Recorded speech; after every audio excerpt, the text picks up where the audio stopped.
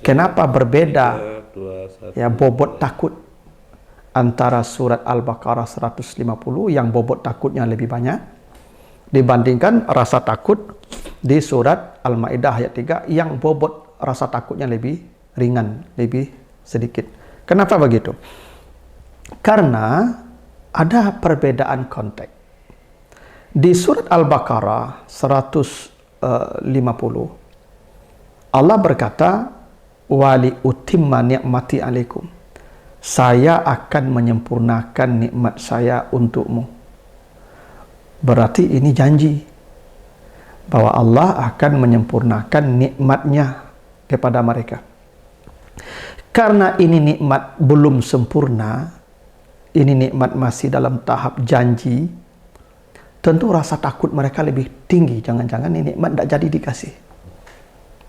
Jadi karena nikmat belum dikasih, baru sebatas janji, maka rasa takut mereka itu lebih banyak. Mengurai rahasia Al-Quran melalui makna dan mabna.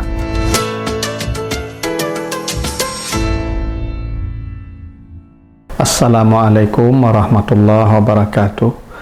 Alhamdulillahi rabbil alamin. Assalatu wassalamu ala asrafil anbiya'i wal mursalin wa ala alihi wa ashabihi ajma'in.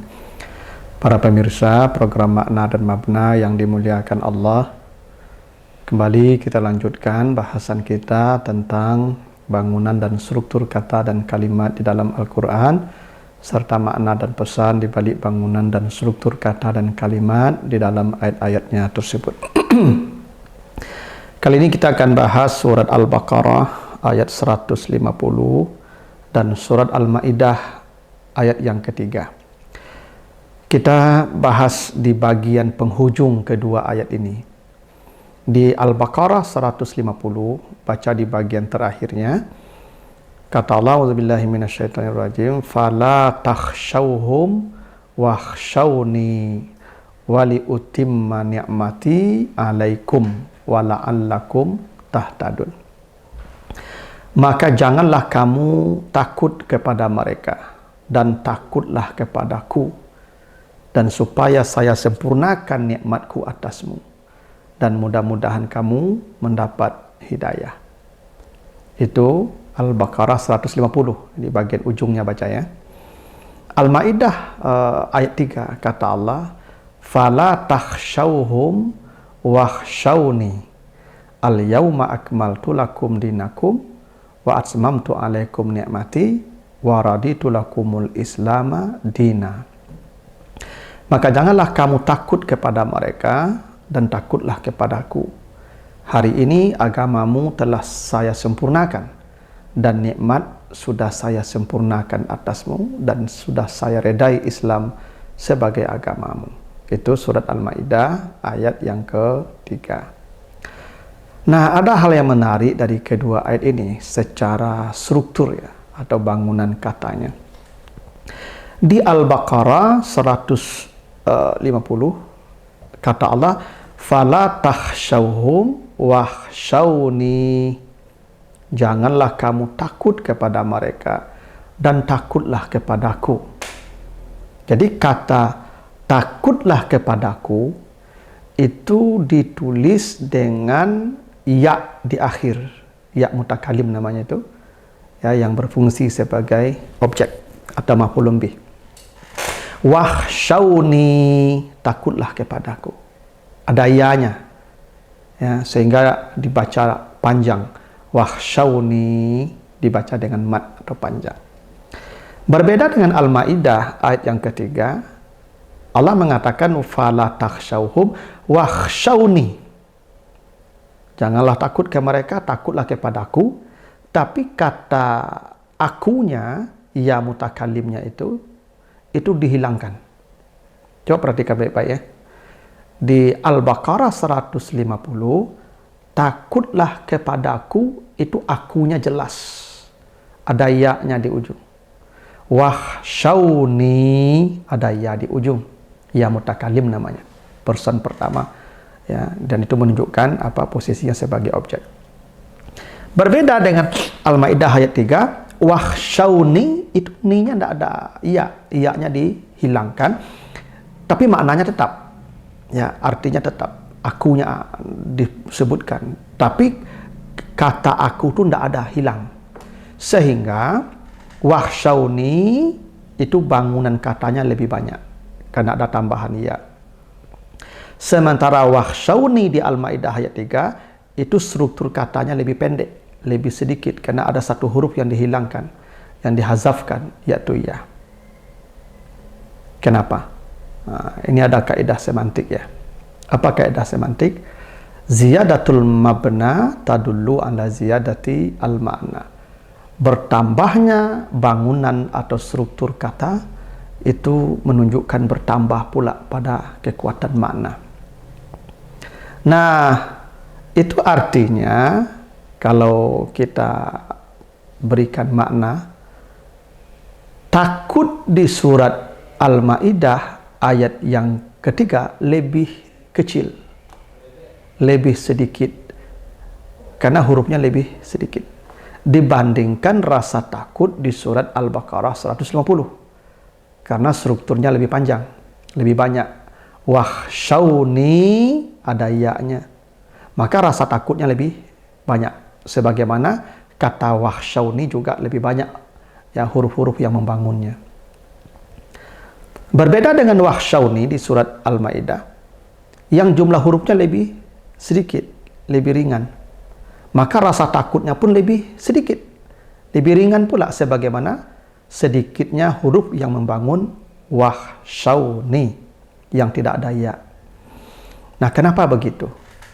Kenapa berbeda ya bobot takut antara surat Al-Baqarah 150 yang bobot takutnya lebih banyak dibandingkan rasa takut di surat Al-Maidah ayat 3 yang bobot rasa takutnya lebih ringan, lebih sedikit. Kenapa begitu?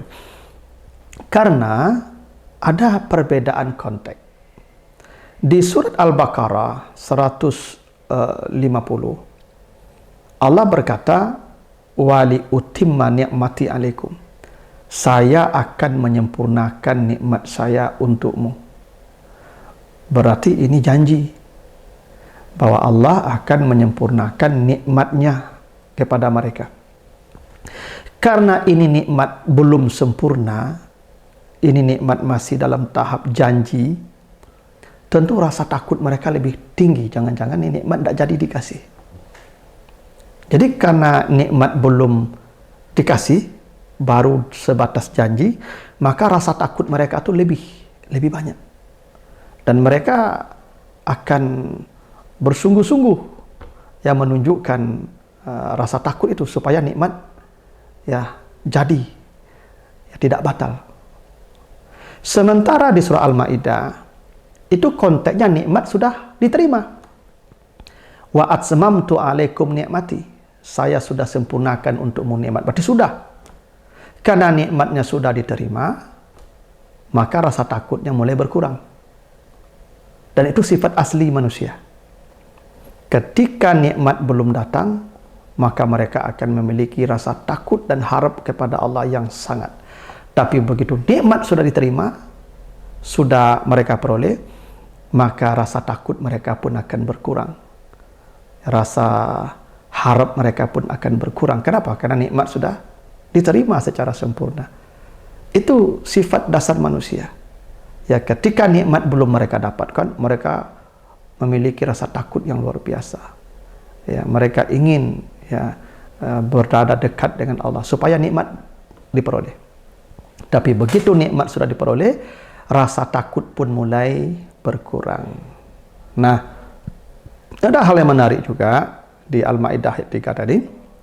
Ketika Allah menyebutkan agama sempurna, maka pilihan katanya akmaltu lakum dinakum, akmala.